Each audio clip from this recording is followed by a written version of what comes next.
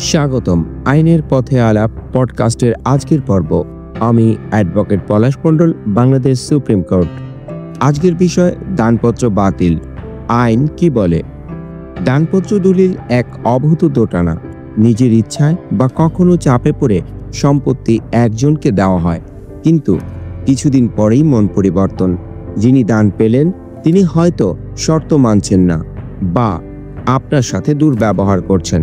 এখন প্রশ্ন হলো, একবার রেজিস্ট্রি হয়ে গেলে সেই দানপত্র কি আর ফেরানো যায়? এই জটিলতা নিয়ে আমাদের সমাজে হাজারো আইনি লড়াই চলছে। আজ আমরা সেই সব মিথ ভাঙব এবং জানব আইন এই বিষয়ে কি বলে। প্রথমেই বুঝতে হবে দানপত্র কি।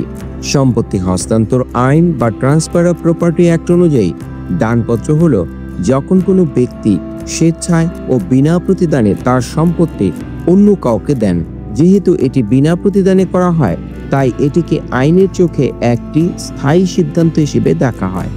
আর এই কারণে স্বেচ্ছায় ও নিবন্ধিত রেজিস্টার দানপত্র সহজে বাতিল করা যায় না। আইন কেন সহজে বাতিল করতে দেয় না? কারণ আইন ধরে নেয় এটি তার সুস্থ মস্তিষ্কের একটি চিরস্থায়ী সিদ্ধান্ত। যদি মন পরিবর্তনের কারণে বাতিল করা যেত, তবে সম্পত্তির স্থিতিশীলতা বলে কিছু থাকতো না।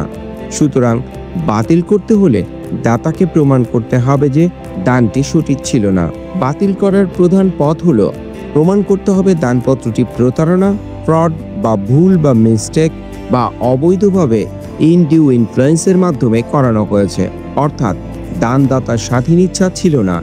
যদি আপনি প্রমাণ করতে পারেন যে গ্রহীতা মিথ্যা তথ্য দিয়ে বা ভয় দেখিয়ে দলিল করিয়েছে, তবে সুনির্দিষ্ট প্রতিকার আইনের অধীনে আদালত সেটিকে বাতিল করতে পারে। এছাড়া কিছু দান শর্ত সাপেক্ষে করা হয়। যদি দানপত্রে স্পষ্টভাবে থাকে, যেমন দাতার শেষ জীবন পর্যন্ত ভরণ পোষণ এবং গ্রহীতা সেই শর্ত ভঙ্গ করেন, তবে দাতা বাতিলের মামলা করতে পারেন। তবে এটির শর্তটি অবশ্যই দলিলে অক্ষরে অক্ষরে লেখা থাকতে হবে।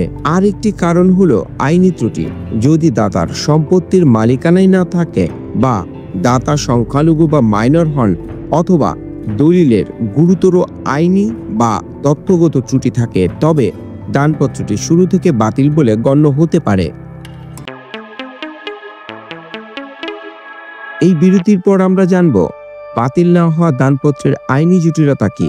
আর তার আগে আপনার আইনি জ্ঞান বাড়াতে আইনের পথে আলো চ্যানেলটিকে সাবস্ক্রাইব করুন, আমাদের সঙ্গে থাকুন। বিরতির পর স্বাগতম।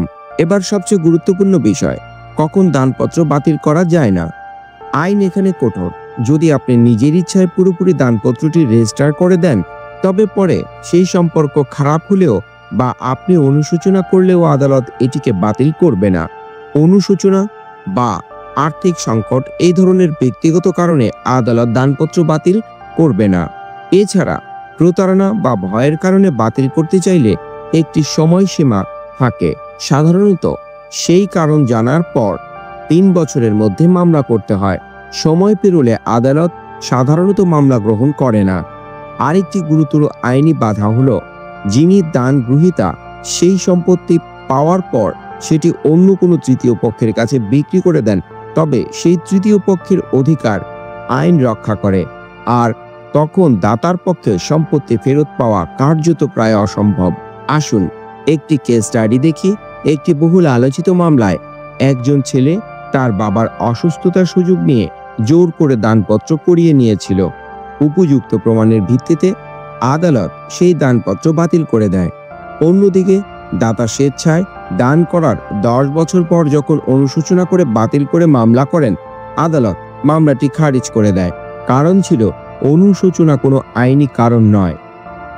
আপনার সচেতনতা এবং করণীয়: দান করার আগে একজন অভিজ্ঞ আইনজীবীর পরামর্শ নিন।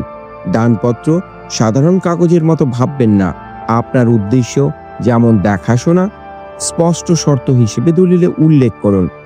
আর যদি আপনি গ্রহীতা হন, তবে দ্রুত সেটির মিউটেশন বা নামজারি করিয়ে নিন।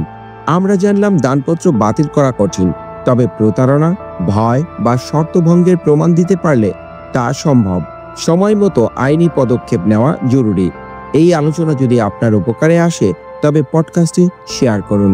আপনার মন্তব্য বা প্রশ্ন থাকলে আমাদের ইউটিউব চ্যানেল আইনের পথে আলোতে কমেন্ট বক্সে জানান। আপনার প্রশ্ন নিয়ে হয়তো আমরা পরবর্তী ভিডিও তৈরি করব। আইনের পথে আলো দেখুন, সচেতন থাকুন। দেখা হবে পরের পর্বে। শুভ বিদায়।